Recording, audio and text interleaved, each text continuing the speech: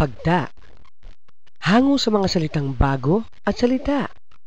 Mga pinaghalong salita na bumubuo ng isang ideya, salita o mensahe. Or in English, new words. Ang ating bagta ngayong gabi ay baper. Baper. Yan ang ating bagta ngayong gabi. O, ano naman ang kahulugan ng baper?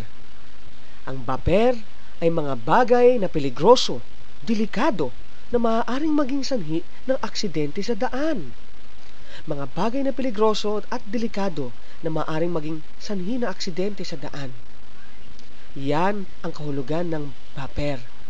Ito ay hango sa mga salitang Bayani at Fernando. Bayani at Fernando. Diyan hango ang ating bagta ngayong gabi. O, gamitin natin mga kasiping. Naku po, bumangga yung kotse sa baper. Wasak ang kotse. Kaya pala naman traffic, may aksidente na naman dahil sa mga baper na yan sa gitna ng daan. Baper.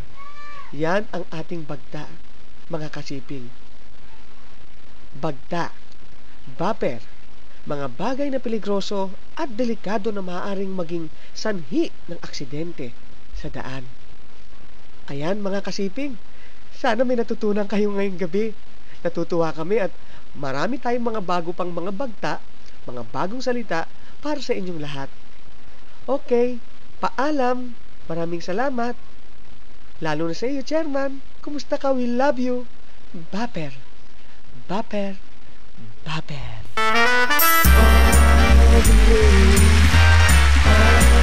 Oh,